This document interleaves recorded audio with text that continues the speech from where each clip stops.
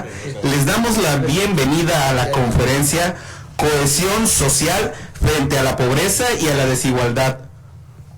Una visión para el país en 2030. Nos acompaña esta noche como moderador el doctor Víctor Peña, profesor investigador del Colegio de Sonora.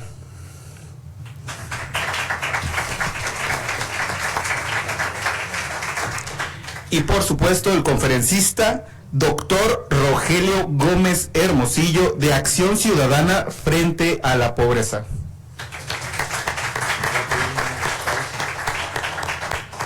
Les pedimos amablemente poner sus celulares en silencio.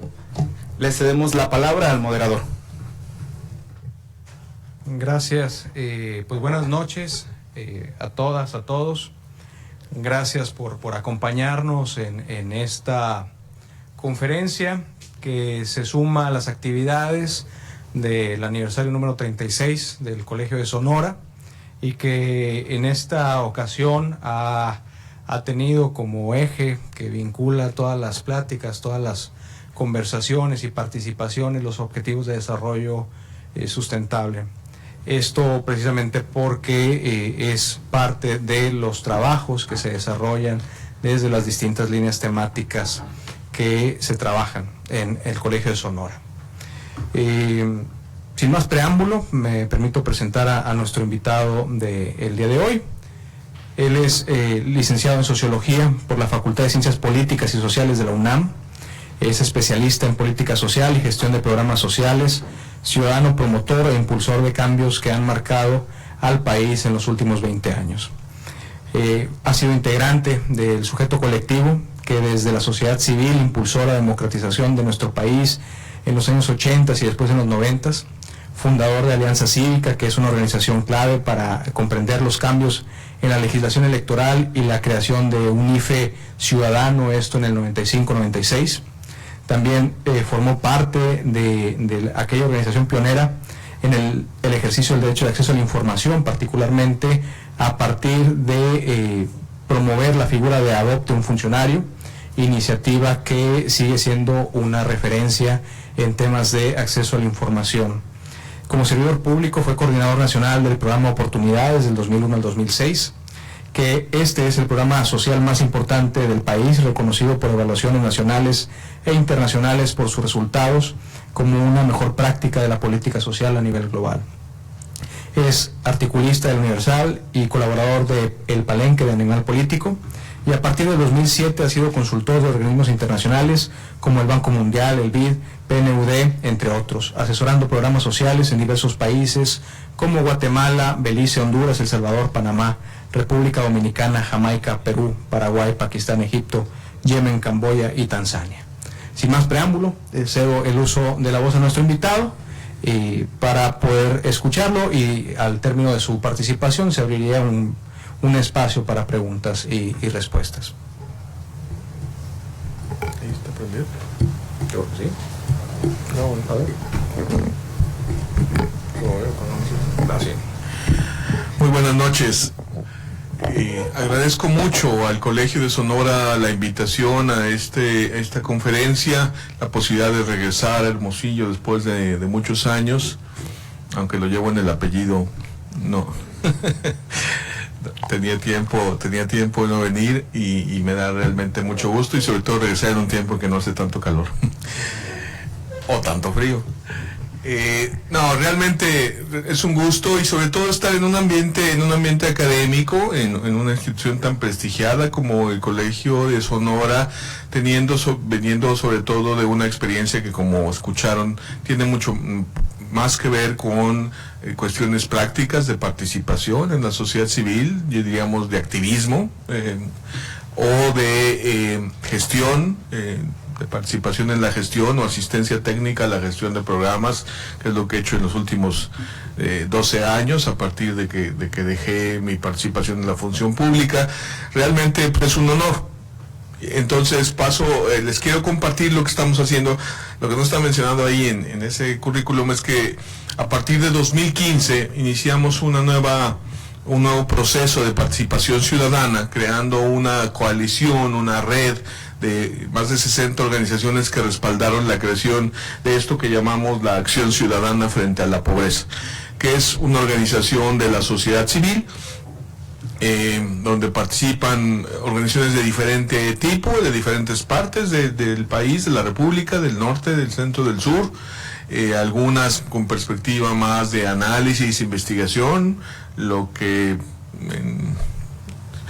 es que la traducción es mala, pero bueno, se le llaman los think tanks, que sean tanques de pensamiento, bueno, las organizaciones que hacen análisis y que no producen piezas de evidencia, etcétera, otras que son más como fundaciones que apoyan a proyectos, etcétera, y muchas organizaciones que trabajan de manera directa en el campo.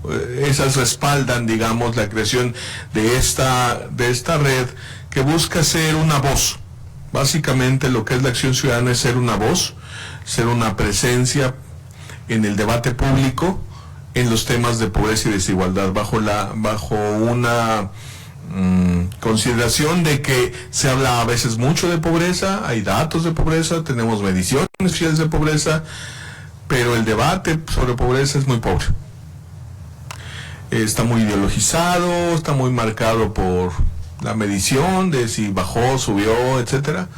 Y la verdad es que valoramos que todas estas organizaciones y personas que llevamos décadas trabajando en la sociedad civil, es importante tener una voz, una presencia en el debate nacional. Yo quiero compartirles de entrada, entonces, entiendo que han venido dialogando y analizando cómo entender la Agenda 2030, la Agenda 2030 de las Naciones Unidas, los Objetivos de Desarrollo Sostenible 2030, que como ustedes saben, o supongo ha sido comentado aquí, es una agenda compuesta por 17 objetivos, aprobada en el año 2015, y que es un segundo intento, una nueva oleada de colocar una agenda para el desarrollo a nivel global, de tratar de ubicar, de darle a los países, a los gobiernos, a los pueblos, a los actores, a la sociedad civil, pero también al mundo académico, a los medios de comunicación, tratar de fijar un horizonte. Lo que hace la Agenda 2030, como pueden verlo, es fijar un horizonte a partir de fijar 17 objetivos que transformarían no sé radicalmente, pero sustancialmente la vida en nuestro planeta, la vida en nuestros países, la vida en nuestros estados y nuestros municipios, porque a diferencia de los objetivos de desarrollo del milenio, que fueron el primer intento que se aprobó en el año 2000 con metas y objetivos para 2015, esta es una agenda mucho más ambiciosa, son objetivos mucho más amplios, mucho más integrales, comprensivos, o sea, que abarcan mucho más aspectos de la vida. Entiendo que los han venido presentando, pero no siendo si todo el público ha estado en las diferentes conferencias. Entonces, muy rápidamente y en ánimo y pidiendo disculpas a quienes ya lo hayan leído 80 veces, traigo aquí, en ánimo de quien no los conozca bien, la formulación de los 17 objetivos, que le dé muy rápido como para que nos demos idea de qué trata esta agenda. El objetivo 1 es poner fin a la pobreza en todas sus formas en todo el mundo. El objetivo 2, entonces, en corto, es fin a la pobreza. El objetivo 2 es poner fin al hambre, lograr la seguridad alimentaria y la mejora de la nutrición y promover la agricultura sostenible. Entonces ahí se juntan una serie de cosas. A ese objetivo le llamaron hambre cero. El objetivo 3 es garantizar una vida sana y promover el bienestar para todos en todas las edades, salud y bienestar para todos. El objetivo 4 es garantizar una educación inclusiva, equitativa y de calidad y promover oportunidades de aprendizaje durante toda la vida para todos. Entonces el tema de la educación de calidad para todas las personas. El objetivo 5 es la perspectiva de género, es lograr la igualdad entre los géneros y el empoderamiento de todas las mujeres y niñas. El objetivo 6 es el agua, garantizar y el saneamiento, garantizar la disponibilidad de agua y ordenación sostenible y el saneamiento para todos, agua y saneamiento. El objetivo 7 son las energías, garantizar el acceso a una energía asequible, segura, sostenible y moderna para todos. El objetivo 8 es el objetivo más económico, el que más tiene que ver, es el único que aborda directamente la temática económica, es promover el crecimiento económico sostenido, inclusivo y sostenible, el empleo pleno y productivo y el trabajo decente para todos, o sea, el campo grande, la economía y el trabajo está en el objetivo 8. El objetivo 9 es más del aire, digamos, del medio ambiente. Infraestructura, construir infraestructura resiliente, promover la industrialización inclusiva y sostenible y fomentar la innovación, tiene que ver más con las ciudades. El objetivo 10 es el otro de nuestra acción, el 1 y el 10. El 10 es reducir las desigualdades entre todos los países, el objetivo de reducir desigualdades, o diríamos nosotros cerrar brechas de desigualdad. El 11 es lograr que las ciudades y los asentamientos humanos sean inclusivos, seguros, resilientes y sostenibles, es el de las ciudades. El 12 es garantizar modalidades de consumo y producción sostenible, consumo responsable, más todo el asunto, sí, exacto, del consumo responsable y el cuidado de los recursos naturales en la producción y el consumo. El objetivo 13 es el cambio climático, dice adoptar medidas urgentes para combatir el cambio climático y sus efectos. El objetivo 14 es conservar y utilizar en forma sostenible los océanos, los mares y los recursos marinos para el desarrollo sostenible, entonces la vida en el mar y los recursos del mar. El objetivo 15 es la biodiversidad, o proteger, restablecer y promover el uso sostenible de los ecosistemas terrestres, efectuar una ordenación sostenible de los bosques, luchar contra la desertificación, detener y revertir la degradación de las tierras y poner freno a la pérdida de la diversidad biológica, ¿no? El medio ambiente en sus diferentes vertientes. El 16 es promover sociedades pacíficas e inclusivas para el desarrollo sostenible, facilitar el acceso a la justicia para todos y crear instituciones eficaces, responsables e inclusivas a todos los niveles, paz, justicia e instituciones que funcionen.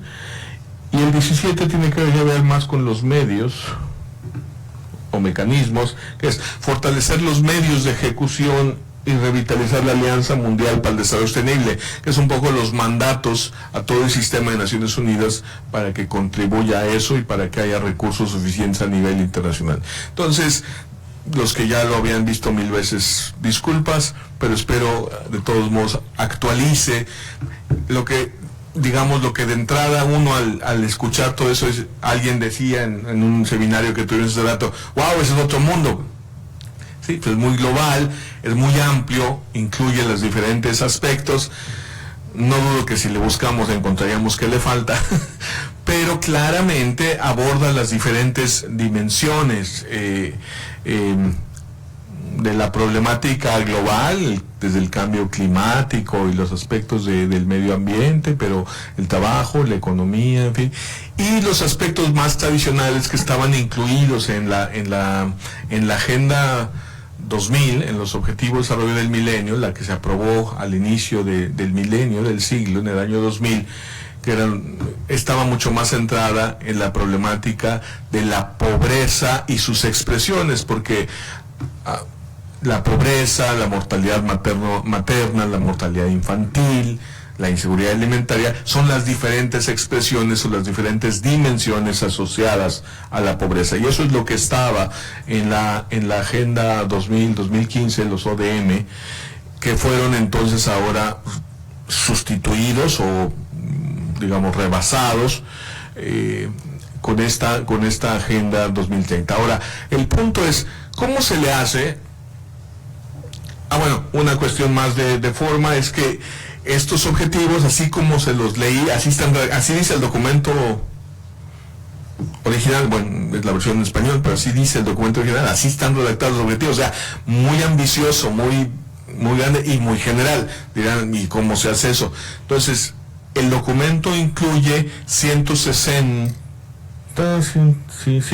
127 más 170 metas, donde sigue siendo muy global, pero ya se va dándole más concreción, que incluso las metas, la idea es que permiten fijar indicadores permiten ya tener cómo incluso se podría medir en los diferentes países, en los diferentes estados, en nuestro caso en México, e incluso los municipios, cómo se podrían ir adaptando y adoptando algunos de estos objetivos a través de sus metas indicadores. Entonces, el planteamiento pues tiene que ver con cómo se le hace para que esto no sea un listado de buenos deseos, de buenas intenciones, o como dicen los americanos, que no sea puro wishful thinking, ¿no? O sea, nada más, no, que haya un mundo mejor, que haya paz, que no haya pobreza, que no haya hambre, que todos tengamos salud. O sea, cómo se empujan los procesos reales de organización de la sociedad, o diríamos los procesos económicos, políticos, sociales, de gestión pública, para que estos objetivos orienten hacia este resultado, orienten los objetivos de política, orienten los programas, orienten los presupuestos para resolver estos que son los problemas globales de la humanidad, con diferente intensidad y con diferente expresión en cada lugar, en cada latitud del mundo, y por supuesto con diferente expresión en nuestro país. Y ahí es donde entonces me gustaría platicar cómo pensamos nosotros desde una organización concreta, desde una organización que no es así como el gobierno de México, ni un partido político, ni la gran fundación que tiene Bill Gates para hacer que el mundo cambie, sino desde una organización concreta, con una naciente. ¿Cómo pensamos que se pueden ir impulsando este tipo de cambios en nuestra realidad, en nuestro país, en el contexto que estamos viviendo, concretamente en torno a los objetivos que tienen que ver con pobreza y desigualdad? No porque digamos que los otros no, sino porque si uno quiere hacer todo, acaba no haciendo nada. Nosotros pensamos que los objetivos, los ODS que tienen que ver con pobreza y desigualdad, claramente son el 1 y el 10, como les decía cuando iba leyendo, pero no solo, porque la pobreza tiene expresiones que tienen mucho que ver con falta de acceso a la educación, falta de acceso a la salud, falta de acceso a trabajos. Entonces ya de ahí nos metimos al 2, al 3, al 4 y al 7, si no me equivoco, no me lo sé de memoria por número, pero bueno, el que corresponda, el que vimos ahí de trabajo decente y economía que crezca de manera sostenida e incluyente, y luego la perspectiva de género, porque evidentemente es transversal a estas problemáticas. Entonces hay un paquete ahí, déjenme decirlo así, paquete, yo hablo re mal como académico, ¿verdad? Hay un conjunto, paquete como si viniera, hay un conjunto ahí de objetivos que hacen mucho sentido para enfrentar lo que genéricamente, todavía no técnicamente, llamaríamos la pobreza, la exclusión, la desigualdad que vive México y que viven muchas de sus gentes. Entonces, en esa lógica me gustaría compartir con ustedes una visión y establecer en las preguntas, establecer maneras de clarificar más lo que realmente les interese una vez que conozcan esto. Parto de aquí. Teníamos en los ODM son la agenda anterior, son la agenda de la ONU de 2000, esta es la agenda de la ONU 2015, ¿no? Los ODS 2015, con meta a 2030, se llaman, ¿no? Y los otros se llamaban ODM porque fueron fijados en el año 2000 y tenían como fecha de cumplimiento, era como trazar un cambio a 15 años, entonces era a 2015, de hecho por eso, ¿no? En 2015 se aprobaron los nuevos. Eran objetivos y metas muy, mucha gente los criticaba como por ser muy minimalistas, estar muy enfocados a realidades de extrema pobreza, de gran carencia. Claramente para modificar la realidad de países como los que están en el África subsahariana, ¿no? hambrunas, poblaciones mayoritariamente carenciadas en todos los niveles, sin servicios de salud más básicos y preventivos, donde ni siquiera la vacunación llega a todos los niños. En esa lógica se aprobaron y se fijaron los ODMs, los del milenio. ¿Para qué tanto rollo con eso? Pues porque México obviamente ya tenía cumplidos casi desde que se aprobaron los ODMs, y los otros los podía cumplir muy fácilmente, como sucedió. Pero, oh sorpresa, uno de ellos, el ODM 5, aquí ya me confundo con los números, el ODM 5, que era reducir la mortalidad materna en 3/4 partes, no se logró. Lo que ven ustedes en esta gráfica que está aquí, el azul es lo que sucedió según los datos del Banco Mundial, el anaranjadito, amarillito es lo que sucedió según los datos del Observatorio de Mortalidad Materna, que es una institución muy seria en México, y el gris es la tendencia lineal que hubiera tenido que suceder para que realmente se redujera la mortalidad materna en 3/4 partes al año 2015. El lineal, o sea, como si fuera una línea recta, en fin, el punto al que había que llegar era aquí, y el punto en que nos quedamos fue acá. Eso es muy grave, pero no pasó nada. ¿Por qué es grave? Porque la mortalidad materna es una de las expresiones más claras de carencia, de pobreza, de exclusión, porque la mortalidad materna, morir por parto, no es un asunto de problemas de la ciencia médica. No tiene nada que ver con medicamentos que no existan hoy, o que sean carísimos y que sean muy escasos, o con procedimientos de altísima especialidad que solo hay en ciertos lugares, solo en la Ciudad de México, solo en los grandes hospitales. No. La mortalidad materna se evita con intervenciones que la humanidad domina hace por lo menos 30 o 40 años, y que en nuestro país están perfectamente disponibles, se supone,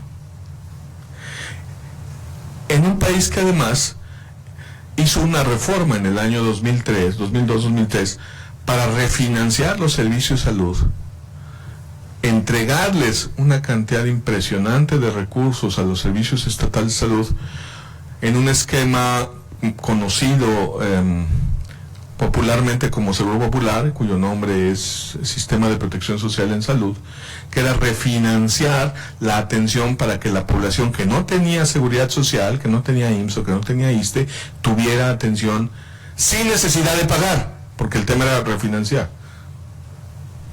Y el dinero se aprobó, el dinero se ejerció, se envió a todos los estados, los servicios de salud, las secretarías de salud y el presupuesto para salud se inflaron de recursos, y no pudieron hacer lo que se tiene que hacer no para el cáncer, no para la diabetes y la hipertensión, que cuando ya llegas a diálisis y a se empieza, no, al parto, seguro. Entonces, está plenamente asociado este indicador a condiciones de exclusión social, a condiciones de rezago social, diríamos genéricamente de pobreza, no por el ingreso, sino por todo, por malos servicios de salud, y por mala educación, y por mala nutrición, y por supuesto por un ingreso deficiente. Entonces, todo el punto que quiero hacer es, la sociedad el gobierno mexicano pues simplemente no cumplió. No, iba más o menos en tendencia, miren, no iba mal aquí, de hecho aquí rebasa, ¿no? O sea, si el azul está más bajo que la gris, va avanzando más rápido, pero, oh, sorpresa, se estanca el asunto, aquí se descompone, y no. Y hoy, por cierto, esto no lo dije en el seminario, el ODS de salud, la meta que tiene que ver con mortalidad materna, ya está light. Ya tiene un número, creo que dice reducir la mortalidad materna a menos de 45. México ya lo logró hace mucho, ese no era el punto, era 3/4. Porque estamos en 36, 30 y no sé cuánto por ahí. Entonces, ¿Por qué hablo de esto si aquí a lo mejor nadie le interesa la salud pública y lo médico y etcétera? Porque este es lo que expresa la problemática de violación de derechos y de instituciones que no responden a la realidad de las personas y que producen que en un país que es la 12 economía del mundo, que exporta 1 billón al día, no tiene resuelta la atención del parto para todas sus mujeres. Lo que en nuestro ambiente socioeconómico está resuelto, no está resuelto para todas las personas.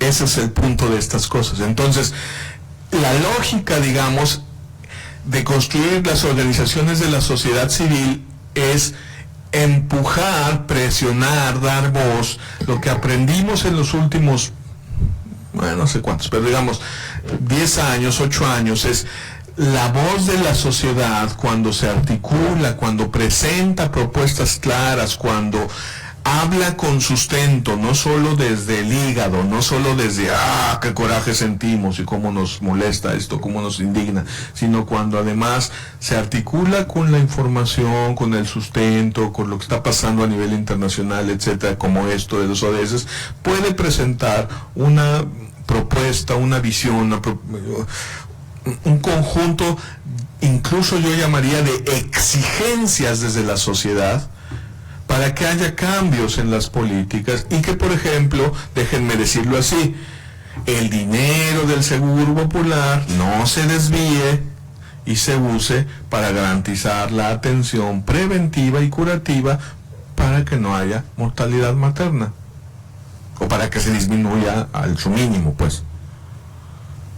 Y así con la mortalidad infantil y así con la desnutrición crónica en el caso de la salud, o la atención de los casos en las enfermedades crónicas. O sea, el secretario de Salud cada que toma el micrófono dice, faltan recursos porque no vamos a poder enfrentar la epidemia provocada por las enfermedades crónicas degenerativas. Lo que no dice es que los servicios de salud preventivos que deberían detectar los casos de riesgo y frenarlos cuando todavía se pueden frenar, o atenderlos en sus primeros estadios cuando la atención es bastante barata, porque no es lo mismo insulina que diálisis, no están cumpliendo su función.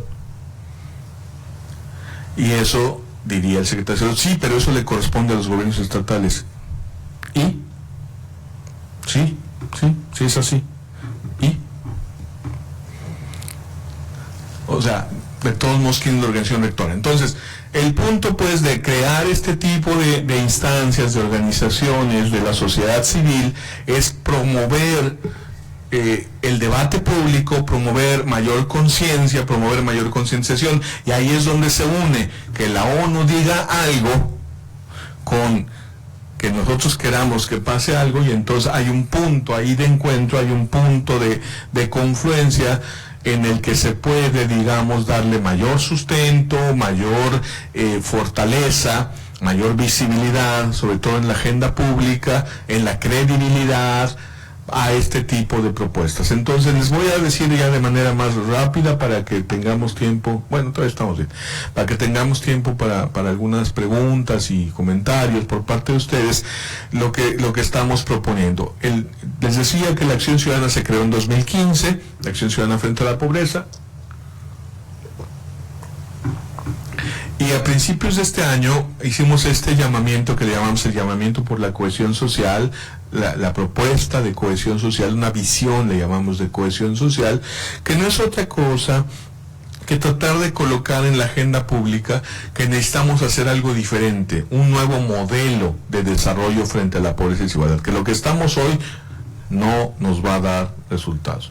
¿Qué estamos haciendo hoy? Bueno, ahorita les cuento porque aquí está, pero digamos de entrada, lo que cohesión social quiere significar, más allá de un debate académico sobre qué tan afortunado o desafortunado es el concepto, hay gente que dice, no, pero eso suena mucho a tejido social, a relaciones comunitarias, casi de vecinos y Y bueno, pues no, nosotros lo tomamos mucho más de la vertiente en cómo se usa en la Unión Europea, que sustenta todas las políticas públicas que tratan de reducir brechas de desigualdad, que nadie tenga un ingreso por debajo de la línea de pobreza, y tienen entonces seguros de desempleo, que nadie no tenga acceso a servicios de salud, por lo menos un paquete, ahí sí es paquete, un conjunto de acciones preventivas y curativas, que todos tengan por lo menos un nivel de escolaridad hasta 12 años. Entonces el enfoque de cohesión social sobre todo se hizo para construir una comunidad, una unión, la Unión Europea, en donde había regiones rezagadas, no como en la diferencia como tenemos nosotros al país entre el sur y el norte, pero de todos modos, ¿no? El sur de España, el sur de Italia y algunas otras regiones sí tenían condiciones de distancia, digamos, en este tipo de indicadores: cuánta gente no tiene ingreso suficiente, cuánta gente no tiene acceso a salud, y entonces la medición de cohesión social y la política de cohesión social consistía en cómo se le hacía para en un periodo de tiempo cerrar esas brechas. Y luego también sirvió para que con todos los flujos migratorios también se pudiera, que no hubiera diferencia entre las poblaciones. Y bueno, ya luego viene otra historia, porque entonces empieza, los que saben mucho de estas cosas empiezan a decir: entonces tú quieres que hagamos lo de la Unión Europea, pero eso fracasó. No, yo estoy poniendo un concepto a discusión. No creo que haya fracasado como tal el concepto, pero en fin, esa sería otra discusión.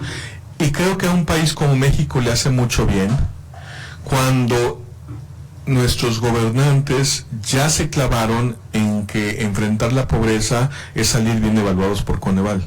Por lo tanto, en cómo se le mueven las variables al cuestionario de medición de la pobreza, para que haya gente que ya no reporte carencias y entonces ya no quede por debajo de ciertos, ¿no? Que no tenga una carencia y ya reporte bien su ingreso, esto, digan bien su ingreso, porque lo ocultan, son malos ocultando su ingreso, ¿no?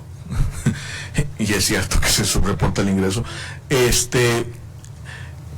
Como si todo el tema fuera los cuestionarios, las variables de la medición, cuántas carencias, y entonces si bajó 2 puntos o bajó 3 puntos, cuando lo que es real es que las brechas de desigualdad en el ejercicio de los principales derechos sociales son demasiado grandes. Ese es el punto. Y el punto es que una gran parte de la población puede que no viva en pobreza, entendida como no tener un ingreso suficiente para la canasta básica, porque así se mide pobreza, pero tampoco es que viva con una vida digna y con cierta protección para el futuro y para el presente, y para que en situaciones de enfermedad no caiga en pobreza y nos tenga que endeudar. En fin, esa es la problemática. O sea, no solo que hay mucha gente que vive en pobreza, entendida como que no le alcanza para lo más básico, sino hay mucha que, aunque le alcance para lo más básico, está demasiado cerca de ese umbral y con condiciones de falta de seguridad social que hacen que ante cualquier, dicen los economistas, shock, es decir, ante cualquier situación que altere gravemente el hogar, por ejemplo una enfermedad, o la región, ¿no? Una sequía, una condición de crisis económica, no haya miles de personas, no una, no dos, no 5, o millones, dependiendo si afecta a todo el país, que caen en esta condición. Entonces, el planteamiento pues es cómo se coloca un horizonte distinto. A nosotros no nos interesa mucho si al final se le llama cohesión social o no, siempre y cuando los contenidos tengan que ver con una real reducción de la pobreza, un real ejercicio de derechos, una real reducción de las brechas de desigualdad extrema en el ejercicio de estos derechos para todos y especialmente para quienes viven en mayor rezago. Esa es la lógica con la que se hace este planteamiento, que está basado, les decía, en los fundamentos estos de lo que se hace en la Unión Europea, de promover movilidad social garantizando igualdad de oportunidades. Tenemos bajísima movilidad social. Segundo, empezar a poner en práctica lo que dice nuestro artículo primero constitucional, que se reformó en 2011 y que no ha sido asumido no ha sido asumido en sus implicaciones en nada, pero en la política social ni siquiera se ha dado la discusión de qué implica el artículo primero para la salud, para la educación, para los niveles de pobreza que hay en nuestro país. Por supuesto, el tema de la Agenda 2030 y cómo vamos a lograr las metas. Hace rato no quería yo entrar aquí a cosas técnicas, pues, pero mostraba que a la velocidad en que va la reducción de la pobreza, pues nada más no vamos a alcanzar la meta 2030, ¿no? Punto final, o sea, algo hay que hacer. Pero como nadie es responsable del 2030, porque esa es la clave de este asunto, nadie es responsable del 2030, o sea, el presidente Peña termina ahora, este año. El próximo, 18-24, tampoco, no llega. Y al que sí le va a tocar, va a ser al final y va a decir, pues ya me lo dejaron como venía, ¿no? Ni modo que en 6 años hiciera yo lo que había que hacer en 15. Entonces, si no hay realmente una manera de ir viendo cuál es el avance y poniendo metas específicas para tramos específicos de responsabilidad de la sociedad, pero por supuesto de las autoridades que son las responsables de las políticas públicas que pueden hacer los cambios para hacer esto, pues realmente va a ser muy difícil alcanzar. Entonces, esto es así. La propuesta, o la visión más bien, la visión de cohesión social, el concepto de cohesión social, para tratar de entender, nosotros decimos, básicamente tiene que ver con economía incluyente. No se puede lograr la reducción de la pobreza y la desigualdad mientras la pobreza siga fabricando pobres, mientras siga habiendo políticas económicas generadoras de pobreza y políticas económicas excluyentes. No se puede, o sea, la lógica que se requiere es garantizar un piso de derechos sociales, una base mínima. Fíjense, no sé qué tanto conozcan, pero para que me entiendan, en México, en el país, nuestro piso de bienestar social, el mínimo garantizado ya logrado, 2018, o sea, con algunos años del siglo XXI ya avanzaditos, casi 20, es, ¿qué garantiza México a todas las personas independientemente de tal vacunación? Un esquema bastante chiquito, pero básico, pues bien, vacunación universal y educación primaria. 6 años de educación. Estamos llegando a 9, si quieren, concedo que estamos llegando a 9. O sea, el país está en condiciones de ya más o menos poder decir que está garantizando 9, aunque hay todavía una brecha en algunos lugares. Como país sí, claramente estamos arriba ya del 90%, creo que es 93%. De matrícula, no digo de educación de calidad, nada más digo de que pueda haber escuela. No, porque hay educación de calidad, pero tiene que haber escuela.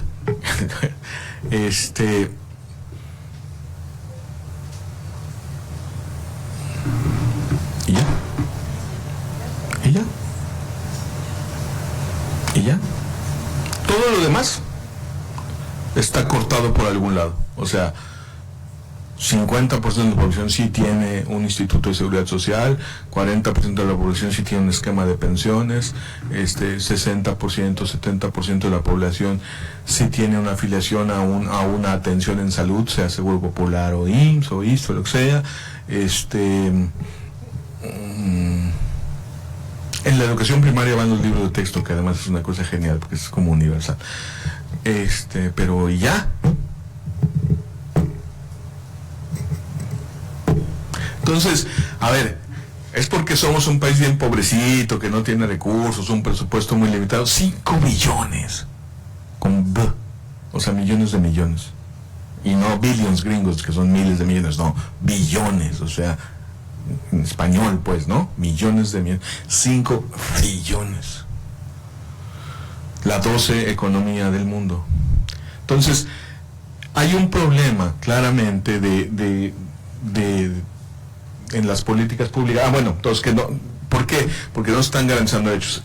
3, por esto que decía, las instituciones no son responsivas, no son efectivas, ¿no? O sea, la afiliación, por ejemplo, del Seguro Popular puede no garantizar acceso a la salud.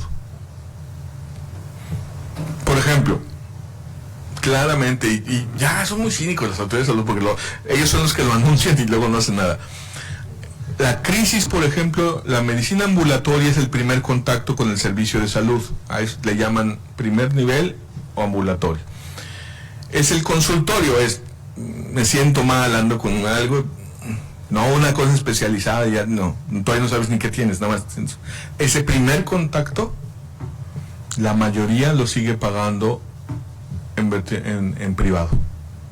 Porque la posibilidad de conseguir la cita para ese primer contacto, asumiendo que no es algo grave, nada más me siento medio mal, el costo de conseguir esa cita en tiempo y lógica en la que me la van a dar, ¿no? El miércoles a las 2, en medio de cuando estoy trabajando, o sea,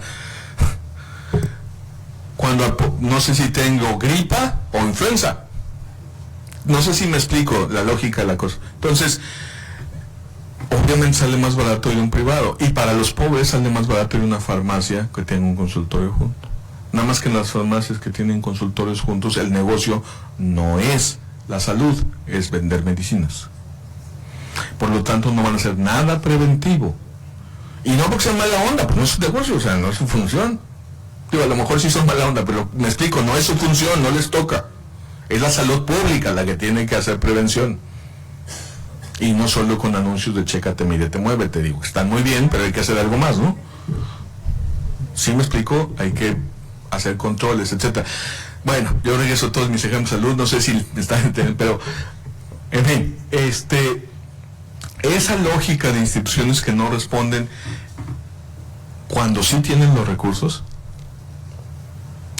claro, vendría otra discusión, pero no alcanzan, ok, pero ahorita sí los tendrían. A ver, no el centro de salud como tal, no, ahí no está el dinero, está en un presupuesto, en una tesorería.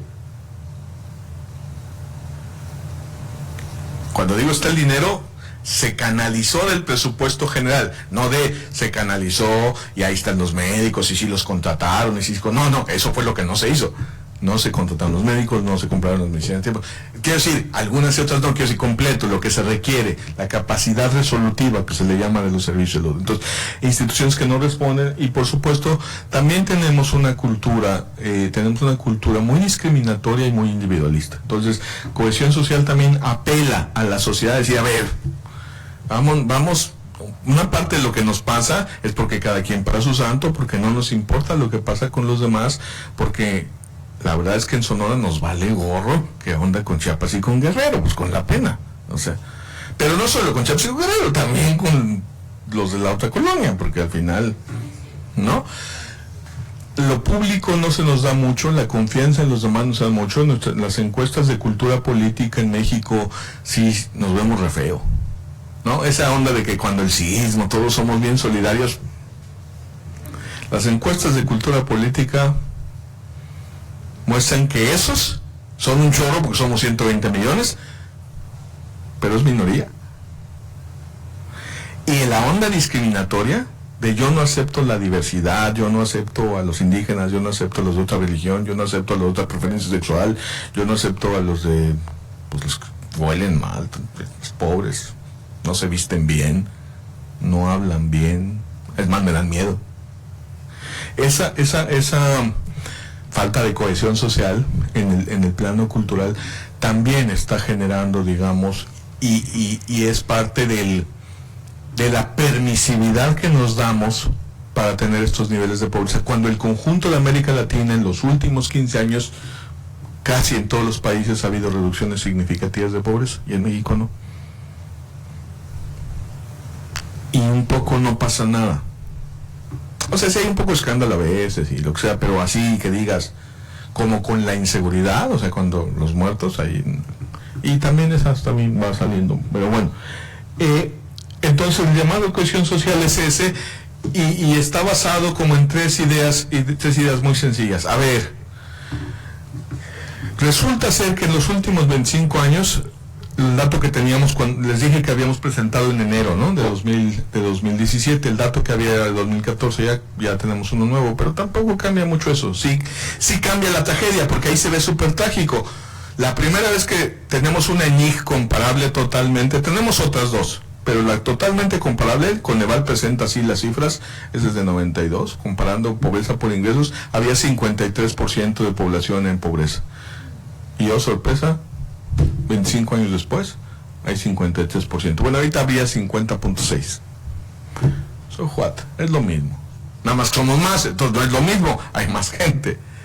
Y no es que no se haya movido. La línea recta es que no se hubiera movido, la flecha. Les está llamando la atención sobre que el resultado es el mismo. Sí se movió, subió, bajó y volvió a subir. Entonces, hay ahí una problemática que una parte tiene que ver con citando un clásico, citando el famoso clásico de la campaña de Bill Clinton, it's the economy. O sea, es la economía. No se puede reducir pobreza sin medidas económicas. Querer reducir la pobreza solo con política social, no más no. El mejor ejemplo es, a ver, no hay Cedesol que pueda, ni Prospera, ni programa que pueda, con la decisión de la Secretaría del Trabajo de colocar el salario mínimo, que está en la Constitución, o sea, no es un asunto de gusto, por debajo de la línea de pobreza. La línea de pobreza oficial, que también la fija el Estado mexicano, ahorita está en 90 y... ¿qué era? 7 pesos. Algo así, está ya llegando a 100.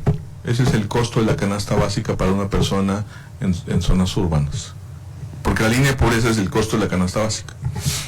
Básica significa alimentos más no alimentos. La otra es alimentaria. Clase.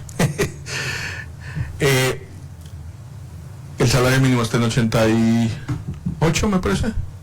Entonces, ya me perdí. Bueno, en fin, ese tipo, y es una decisión política. Ahora, nadie gana el mínimo, y eso te da derecho a ponerlo por abajo, porque lo que sí pasa es que ese mínimo jala para abajo. O sea, uno, sí hay gente que gana el mínimo, por lo menos formalmente, aunque luego por fuera le den más o lo que sea. Pero dos, jala para abajo el conjunto de los salarios bajos, el conjunto de los salarios de baja capacitación, de baja, menos complejos, pues, ¿no? La limpieza, la construcción. Entonces, esa es una política económica. ¿Por qué es una política económica? Es una política laboral. Cada año la Secretaría del Trabajo tiene un órgano que se llama CONASAMI que fija eso. O sea, no es el mercado. De hecho, estamos ahorita en la paradoja de que son los empresarios que dicen que hay que subir el salario mínimo y es el gobierno el que no lo sube. Eso es una política generadora de pobreza. Entonces, uno, modificar, digamos, estas políticas económicas que generan pobreza. Dos, tenemos un problema muy serio de programitis. O sea, lo que pasó con la alternancia política no fue que no nos dio mejores gobiernos. Nos dio una competencia feroz electoral que implica cómo hago para usar los recursos para volver a ganar.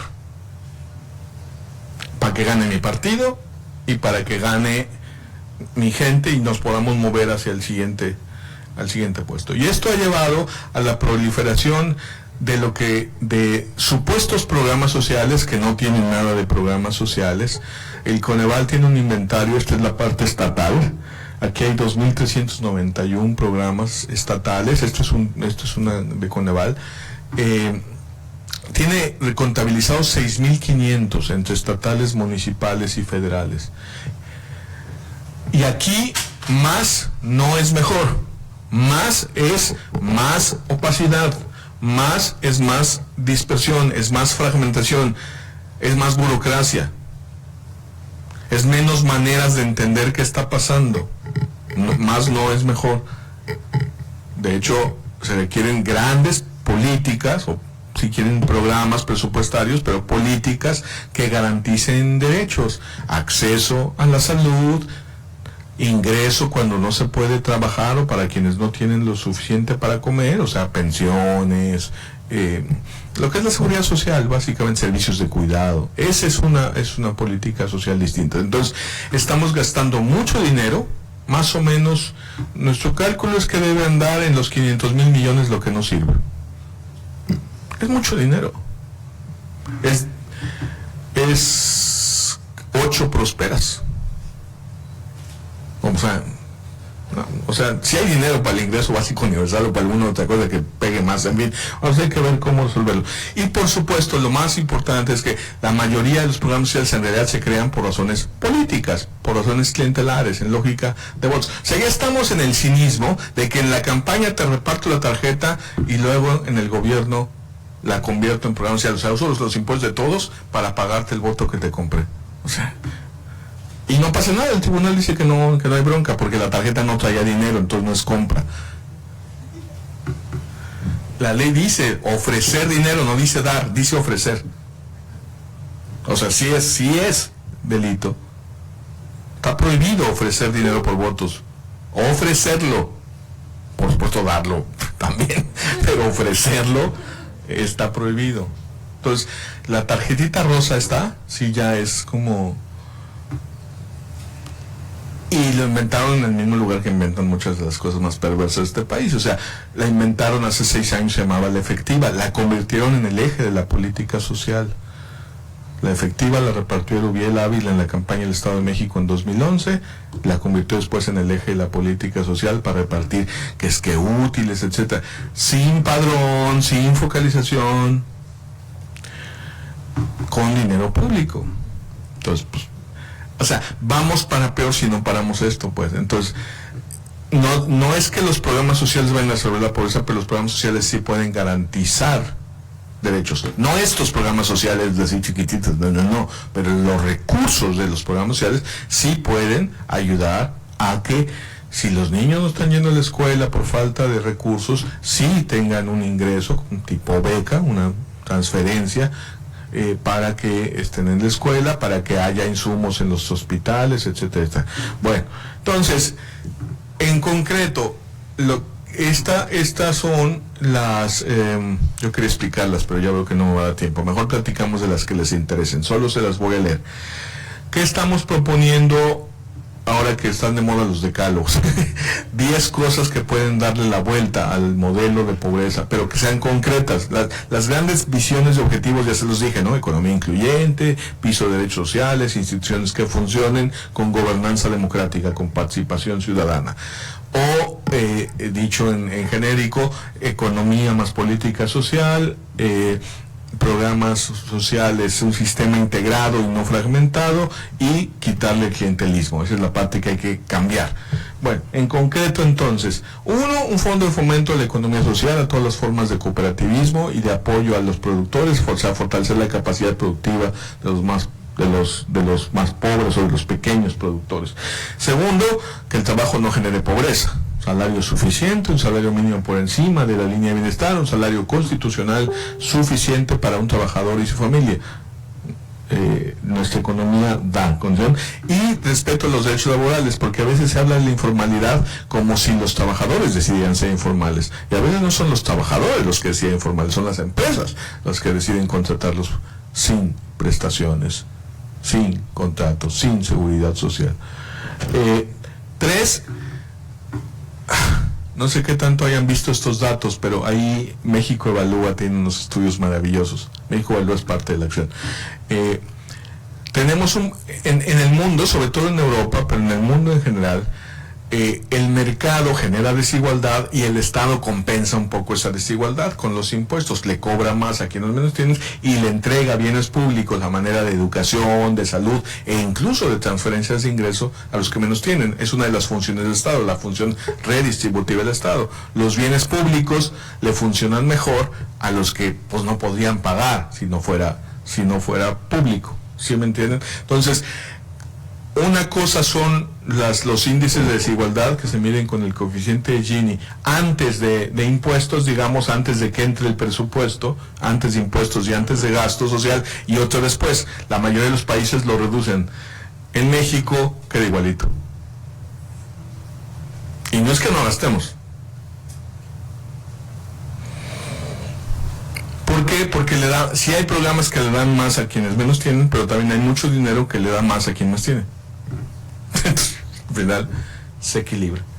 Y luego, además, hay una parte de impuestos que se condonan, generalmente a los grandes contribuyentes, no a los pequeños contribuyentes, entonces, o los regímenes especiales, en fin, toda una historia en el tema presupuestal.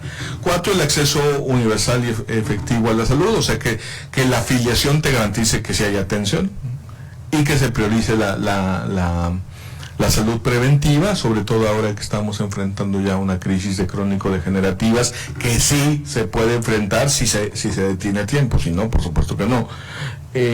5, acabar con esta dispersión, le llamamos programitis a esta fragmentación y dispersión de programas, con un sistema integrado de protección social. Hagan de cuenta un nuevo IMSS para todos, o sea, seguridad social para todos, protección social para todos, construido progresivamente, nos puede llevar 10 o 15 años, eso no estoy diciendo que de un día para otro, pero con una visión de derechos y universal.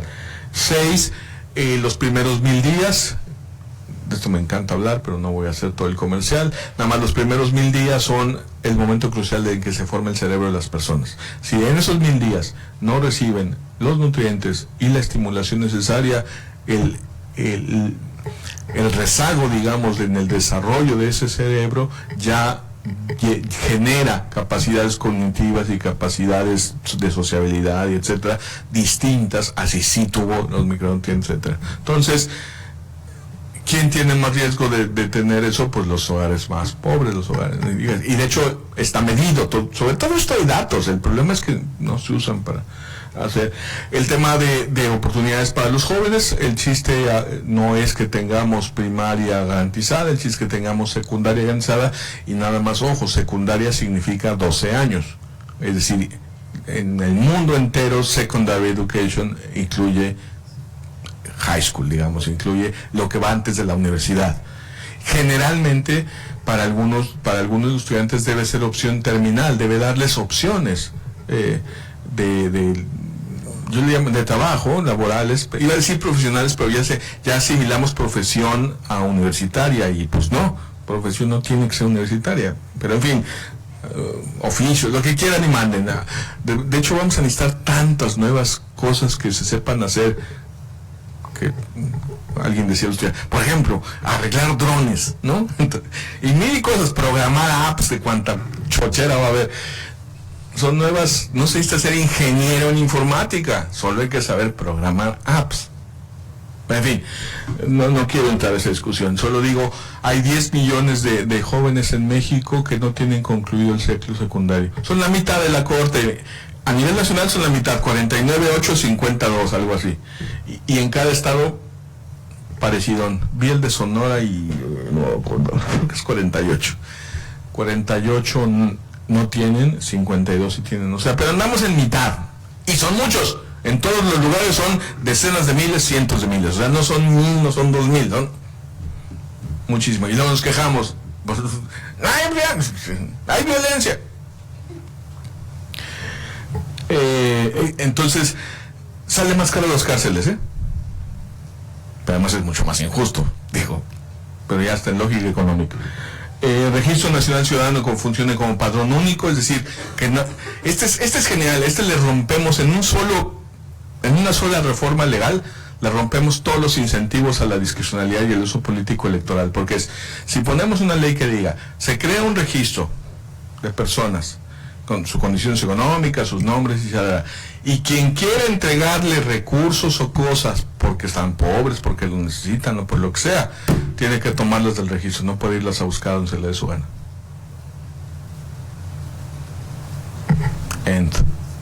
Si además lo combinamos y hay que demostrar con evidencia de que va a funcionar para resolver un problema público, o sea, que los niños estén en la escuela, que tengan nutrientes, que tengan salud, mejor todavía. Nuevas formas de coinversión con la sociedad civil, sí creo que es muy importante que entendamos que así como se crearon las asociaciones público-privadas, ahora haya asociaciones público-privadas sociales, porque la sociedad civil puede aportar mucho para hacer cosas sociales, digamos que son las empresas de lo social, según yo, es una larga discusión, y el asunto de la Contraloría Social, ahora que tenemos Sistema Nacional Anticorrupción, que la gente pueda tener un mecanismo cercano, formado por la misma ciudadanía, para vigilar, para exigir. Estas son las 10 propuestas, se resume así, esta ya es la parte más propagandística, la parte más del Twitter, ¿no? un país con igualdad de oportunidades, un país con ejercicio pleno de derechos, un país con trabajo digno y salario suficiente, un país sin privilegios ni corrupción. A eso, ya en lógica de slogans, le llamamos cohesión social. La página es Cohesión Social MX. Estamos a sus órdenes. Muchísimas gracias. Espero que esto les sirva para que encontremos formas de incidir en que se logren los ODS, y en México, pero no es porque se logren los ODS, sino porque en México queremos que haya menos pobreza y menos desigualdad. Muchísimas gracias.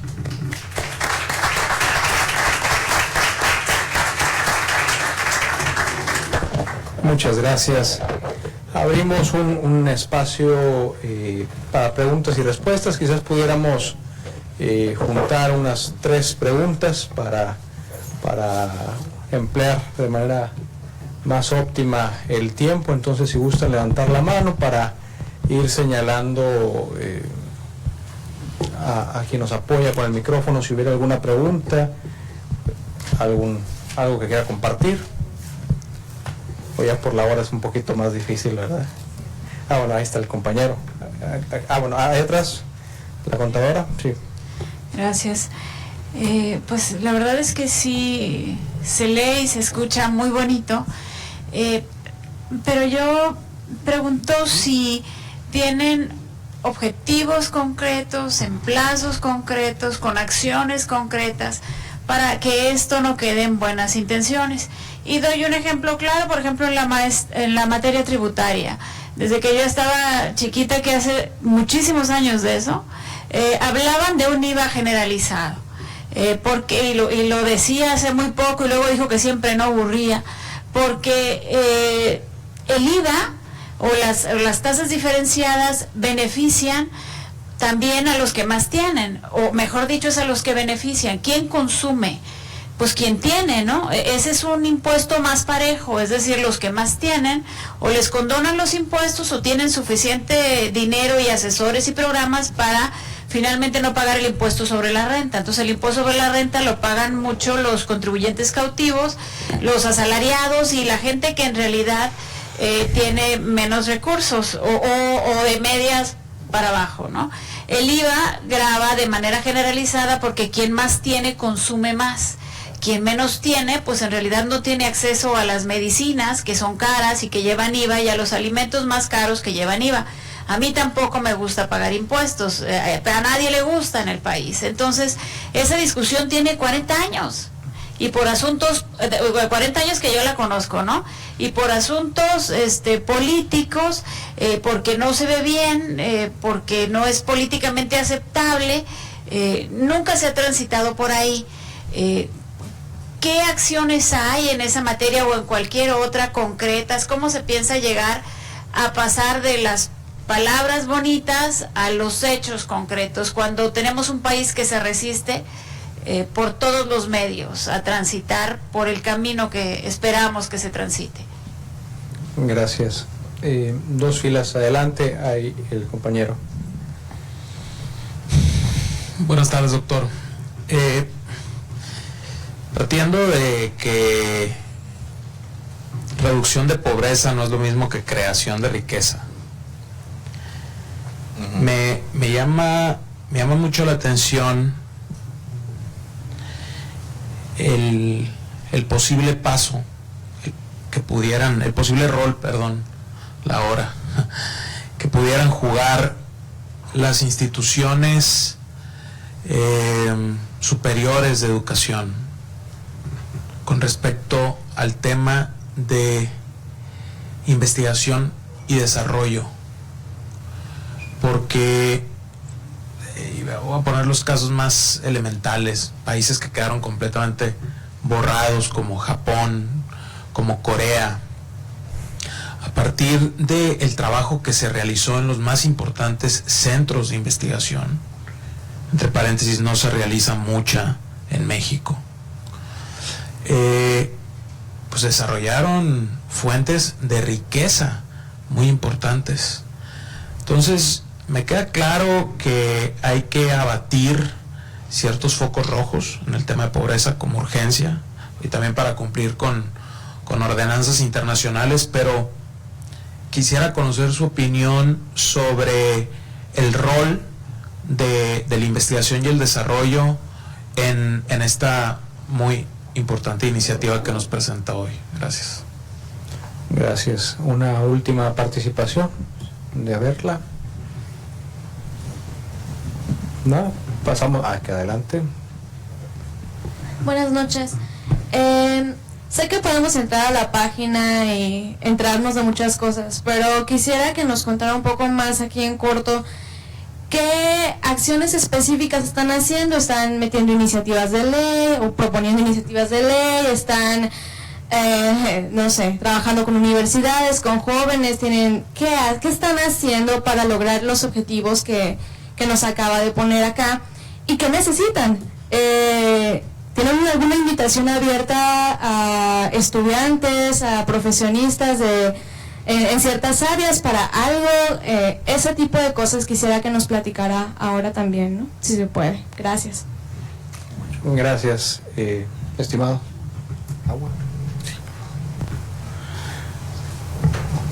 Muchísimas gracias, me ayuda mucho a hablar de cosas que les interesen y a clarificar algunas de las que dije. A ver, ¿cómo hacemos para que esto se haga realidad?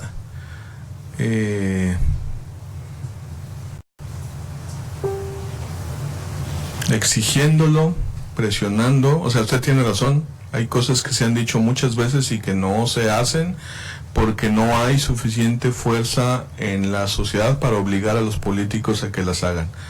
Si di la impresión de que nosotros como sociedad civil o como organización vamos a lograr esto, me disculpo, claro que no. O sea, nosotros tenemos yo tengo el mismo poder que usted. Un voto, hablar, escribir, decir, exigir, organizarme con otros. Ese es mi poder hoy. Entonces, la única manera en que pasemos de estos buenos deseos, y un poco lo decía yo, por ejemplo, de la agenda de Naciones Unidas, esto que los gobernantes se llenan la palabra de bonitas palabras para decir, a que realmente suceda, es que les pongamos exigencias específicas y la sociedad sea mucho más, exigente, crítica, y se involucre. Y al final me gustó mucho el ejemplo porque al final sí nos va a tocar pagar una parte, por lo menos a los que nos corresponda como impuestos. Y además me gusta muchísimo su ejemplo porque creo que es una de los tabús. O sea, en México las cosas están al revés, ¿no? Una izquierda que dice que no hay que pagar impuestos, una derecha que dice que sí. Es una cosa súper loca. Pero, en fin, es parte de los... donde muestran que no son de izquierda, pues al final ese es el tema. Y que los otros no eran tan de derecha, ¿no? Son mucho más responsables socialmente. Al final eso es, porque en esas cosas es donde se muestra que es uno. Pero bueno, yo ahí le diría... capto, digamos, esta sensación de indignación que hay en muchas partes de nuestra sociedad, de nuestro país, que comparto plenamente. Nada más que los que dicen, pues vamos haciendo cosas como esta que exigen, y ahorita ahí me conectaría con qué podemos hacer, pero primero contesto acá. Entonces si respondo, o sea, ¿yo qué puedo hacer? Lo mismo que usted, hablar, gritar, exigir, votar, unirme a otros, escribir en el periódico, ir a reuniones, y ahorita digo qué hacemos como acción más en concreto para esto, e invitar a otros a que se suman, porque creo que vale mucho la pena, y porque creo que podemos. Nuestro discurso es: México no es un país pobre, aunque la mayoría de su población esté, pero en México no es pobre, o sea, no se explica, tiene que ver con esas cosas, con decisiones que benefician a unos cuantos, y esa del IVA me gusta mucho como ejemplo. Gracias. Sí, yo creo que el punto de invertir en investigación está más que probado, y que entonces las instituciones de educación superior, y que tengan, digamos, condiciones de investigación son claves. Ahora, yo creo que, como bien dices, hay muy poca investigación en México, sobre todo como investigación y desarrollo, o sea, ligada a que sirva para algo. En lo social yo lo sufro mucho. pero me imagino que en las ciencias duras y en la parte técnica, etcétera, pues no debe ser tan distinto. No lo sé. Creo que hay la academia, por lo menos en sus vertientes sociales, ha estado como muy aislada del reto de lo social y está en deuda. Yo creo que está en deuda. México invierte poco, pero lo que invierte es significativo. Yo sé que es poco, pero otra vez, es poco, pero lo que hay no está rindiéndonos la inversión que estamos haciendo como país para mayor... O sea, si las instituciones... A ver, les pongo un ejemplo. El Estado de la Nación de Costa Rica lo producen las universidades, los centros académicos. ¿Qué es el Estado de la Nación? Una evaluación anual. Cuando el presidente rinde su informe, salen las universidades y presentan como su informe alterno. Pero son las universidades, o sea, los centros académicos organizados y que se repartieron la chamba. En un país chiquito como Costa Rica, pues debe haber protagonismos y debe haber show, pero bueno, de todos modos, hubo condiciones para... Esa es una buena práctica de un solo ejemplo, tipo observatorio, ¿no? Tú dices esto, a los datos que nosotros los vemos así. Y pues supongo que eso ha ayudado a que Costa Rica realmente tenga mejores políticas públicas, al menos que México. Es más chico, es otro contexto, no estoy diciendo que únanse todas las universidades, pero hagan algo, ¿no? En lo social, en la parte de investigación y desarrollo, más técnico, científico, más el otro, pues creo que también hay cosas que se podrían hacer, pero ahí sí desconozco mucho. Y lo que sí sé es que tenemos déficit, ¿no? De investigación. De todos modos nos falta, porque nos falta más. Es que otra vez, o sea, el desarrollo de las ciencias desde la educación básica está muy mal, entonces pues ya son garbanzos de libra cuando se llega a la educación superior. Pero entonces, y no dije que para reducir pobreza había que generar riqueza. Uno, porque lo di por obvio, pero es un error. Obviamente no hay reducción de pobreza sin crecimiento económico y sin generación de riqueza. O sea, eso es seguro y me permite clarificarlo. No puede ser de otra manera. Nada más nosotros siempre decimos, pero no cualquier crecimiento económico reduce pobreza, porque nuestro punto es ese. En esos 25 años en que la pobreza regresó después de subir y bajar al mismo nivel que en 1992, crecimos un país completo, un PIB completo, así. Y cuadriplicamos las exportaciones, en pesos reales, cuadriplicamos las exportaciones y quintuplicamos la inversión extranjera directa. Entonces la economía, todo el mundo dice que crecemos mediocremente y es cierto, pero sí crecemos. Y sí hemos crecido en 25 años, por lo menos al doble. Podríamos haber crecido más, ojalá. Pero ese crecimiento no redujo pobreza. Entonces, no cualquier crecimiento. Entonces, sí necesitamos generar riqueza, pero no cualquier forma de generación de riqueza reduce pobreza. Y pues gracias, creo que, no sé si va a ser la última, pero es un genial cierre decir en concreto qué hacemos, ¿verdad? No solo este arroyo. Uno es difusión. Pero a ver, concretitos. La última, la semana pasada, presentamos un informe, una queja ante la Comisión Interamericana de Derechos Humanos y un informe ante el Comité Económico y Social de la ONU. Los dos son dos textos distintos, pero los dos en el mismo tema. México viola derechos humanos al fijar el salario mínimo por debajo de la línea de pobreza. Entonces ya nos metimos al litigio estratégico internacional. Esperamos que la SICH de un zape al gobierno de México. Va a salir primero del Consejo Económico y Social, pero pensamos que es una manera de presión, o sea, más que esperar a que acabe ese juicio, que puede llevar muchísimo, la sola presentación hace que esperemos que reaccionen, y ahí sí la coyuntura está a nuestro favor, que es que acaban de nombrar como secretario del Trabajo al ex subsecretario de Derechos Humanos, entonces sí lo pusimos como en un brete de no puede ser que ni tú entiendas. En fin, Eso, ¿qué hacemos? Cuando se da la discusión del presupuesto, generalmente presentamos propuestas específicas para tratar de generar como candados de transparencia, de que no haya abuso, pero nos fue medio mal en las últimas y lo hicimos, pero no obtuvimos resultados. La del padrón único es una iniciativa de reforma a un artículo de la Ley General de Desarrollo Social. Nosotros no la podemos presentar así porque no somos legisladores. Entonces lo que hicimos fue un foro en la Cámara junto con otros organismos internacionales, con expertos, para tratar de empezar a convencer. Y lo que sí vamos a hacer en este periodo son dos cosas. Los dos proyectos 2018 más importantes se dividen casi como en primer semestre y segundo semestre.